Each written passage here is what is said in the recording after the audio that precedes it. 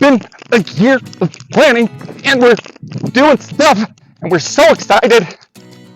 It's excavation day. We're here, we've got a permit, we have money to build, we're digging stuff out of the ground. It's very exciting.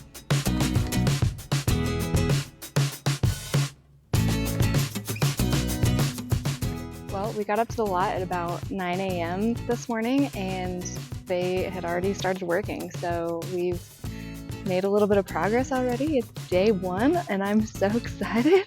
The loan closed last week, but it wasn't actually funded until this morning. So we were able to pay that permit and get digging first thing today. All right. I wish that you guys could smell what's going on right now. Do you know when you're making a mojito and you press the mint without breaking it to muddle it to like let the oils out of the mint so that it smells nice? Well, they've been crushing yards of sage this entire time and it smells magical. Digging out all of the vegetation for the house right down there. And it's a beautiful day. It is very strange to be here and to see the actual proportions of the house, because it's not like you go to a parking lot with some tape and like draw it out. So this is the first time I'm seeing what 45 by 33 looks like, plus an entryway. And it's both bigger and smaller than I thought. It feels like it's a little narrow, but then again, it's 3,400 square feet. So that seems like plenty. How do you feel? I'm feeling kind of the same. It's a huge lot, and seeing the house laid out on it, it feels like the house is small proportionate to the lot, but it also seems like it's going to be a decently large house. And it's not a huge house, and that's 3,400 square feet between full basement, full main floor, and then kind of a half floor on the second floor, which is our master suite. It's going to be great. It's just weird seeing it drawn out on the dirt like this. It's a really weird kind of way to look at a house. This is the back corner, and then it goes all the way whoop, to right here, and then the deck is another 10 feet out. So look at that.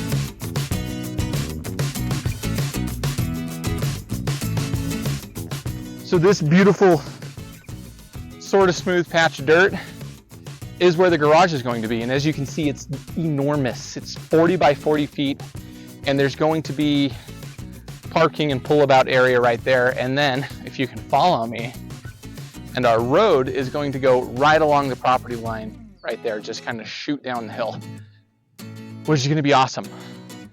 I'm really excited. For the first day of digging, it was really good that we were able to be there. We were able to verify that the house and the garage were in the right spots and pointed in the right direction.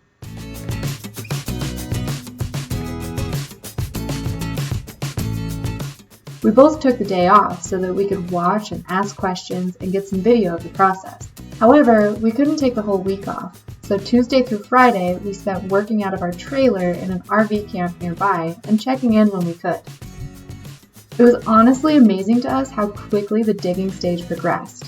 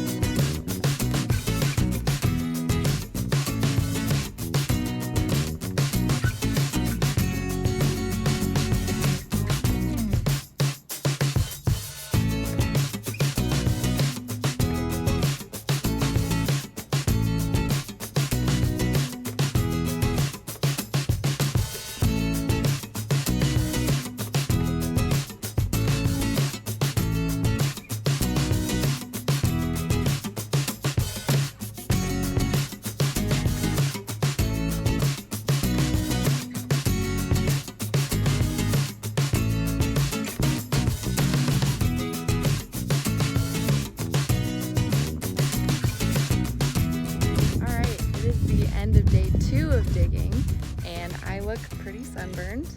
The hole has gotten much more foundation looking. Mike and I both had to work today, so we didn't get to watch a whole lot of the digging or really ask any questions or see what was going on today, but it looks like they made a lot of progress. This was like there was there was a deep hole back there, and then it looks like they've like pushed it all out. So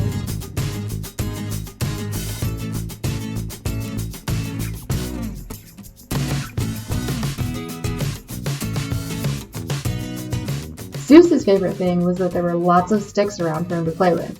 He likes to shake them, but sometimes he lets them go and they go flying. He nearly threw one at my head.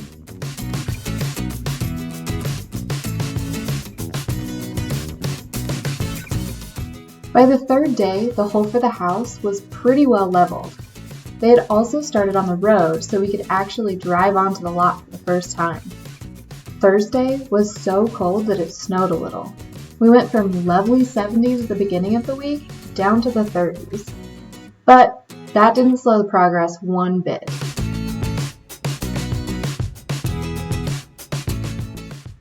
Once the spot for the garage was fully dug out and leveled, we had to redraw the walls so that they could dig out the trenches for the footings. Mike and I got to help with this step, which was fun. In order to make a perfect square, we needed both of the diagonal lines to be the same.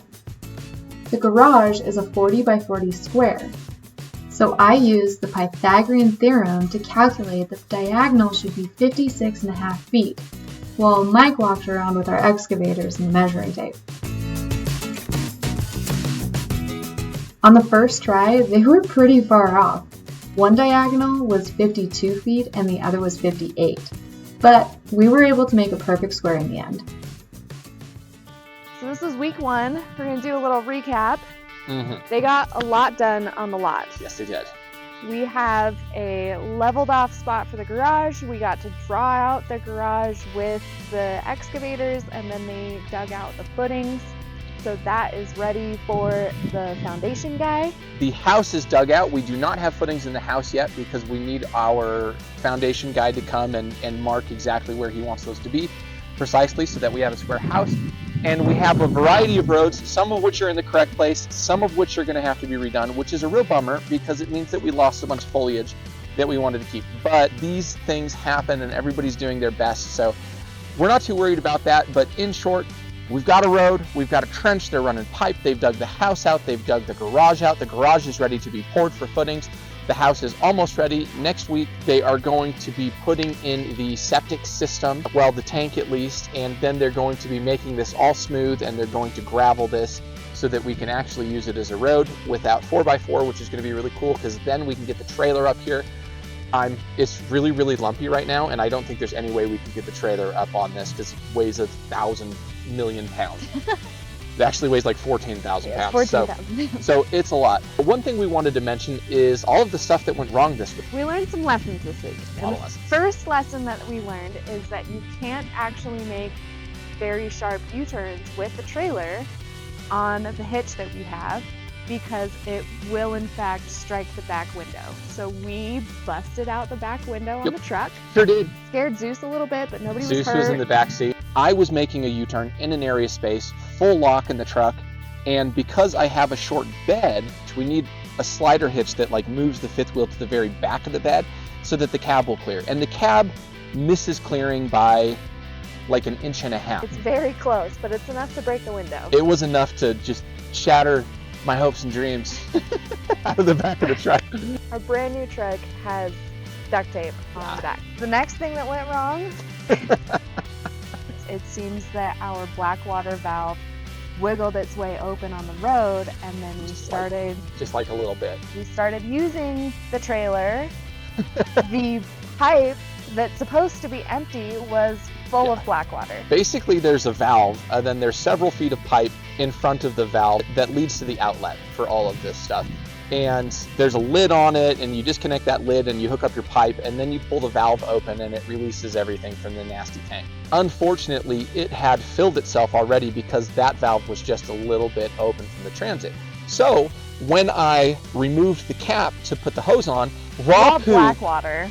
Raw poop just fell on my hands, and I was very disgusted, and I was unhappy about it. But we got the situation taken care of. Not glamorous, definitely not fun, super gross. I now have like these massive, you know, the dishwasher gloves that you might get that go like all the way to your elbow.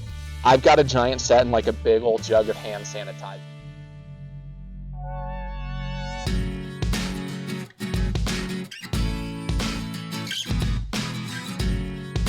Months ago, because we didn't know when we'd get it, we ordered Starlink, which is like SpaceX's satellite internet. Yeah. And it's really cool. It's this really well-conceived device, and they've launched satellites into outer space, and we should have signal. However, where we were parked, there were some trees over us. And these gigantic trees. While our download speed was actually really good, there are all these little micro interruptions that make the upload speed impossible. We wound up simply connecting to the RV's center's internet so that we could take our video calls, because even though we had this fancy device, the branches above us made it impossible. It was funny because so we got the app going and we got the satellite all set up and it was connected, and it actually didn't have any service for the first 24 hours. It said update required. Sunday night to Monday night it did its update, and then it was working, but it said that there was an obstruction, which was the tree that we mentioned, and that there would be an interruption every 43 seconds specifically, which is interesting. Like, every 43 seconds, the satellite is behind the branch and it just disconnects for a Very second. specific, Elon, thank you. Yeah. More major problems now. We provided a very detailed site plan for where we wanted the road, where we wanted the house, the angles, the chord lengths, everything, right? We had professional engineers design this whole thing. And our excavators, when they came up, they were sort of eyeballing it on the road. And what we had conceived of is that the road would run along the edge of the property, then come up here to this flat area we're standing on now, and have a smooth arc back around to the front of the house. And what we wound up with was, it's like a 45-degree turn. Like, you get to the top of the lot and then he just went right back down straight line to the house instead of a big curve. It's a very acute angle. We couldn't even turn the truck without a trailer on that line without doing a 3-point turn. Yeah. So, I mean, it's an easily solved problem. I did an overlay I shot my drone up way in the air and I took a photo of where they had cut the roads. Then I overlaid that in scale with the site plan so they could see where the road was and where it was supposed to be. And they agreed. They said, yes, of course, we'll cut you a new road. But unfortunately, all of the natural flora is gone, and it'll come back. I think it'll come back really fast. I mean, these are all weeds, right? So I think it'll fill in pretty quick. Yeah, I mean, it's just the natural stuff that grows here. I don't know. Maybe it's an opportunity in disguise though, because it does go straight to where our front door is going to be. So we could do it could be a shortcut to the house, like a walking path. It could be like a flowery walking path. We can use it, like we can just prance our way to and from the house, and that could be fun. Considering everything that could have gone wrong, it's not so bad. Yeah, and we broke a window and we got a road in the wrong spot and we got some poop on our hands. We got some poop on our hands. Mike got some poop on his hands. So I think that concludes things went wrong, but we're here, it's happening, we're digging. We're going to have, hopefully, foundation people up here next week. What else? So, because they put the road in the wrong spot and then they had to do some other things, we didn't get a flat spot. The goal for the end of this week was to be able to park the trailer on the lot, and we couldn't. So, we had to find another place to park it. It was not very much money for 2 weeks. We're going to leave it there. And by the end of that, we should have a flattened off spot that we can park it on the lot. And then, hopefully, soon after that, we'll have water, septic, and power connections so that we can plug it in and live here.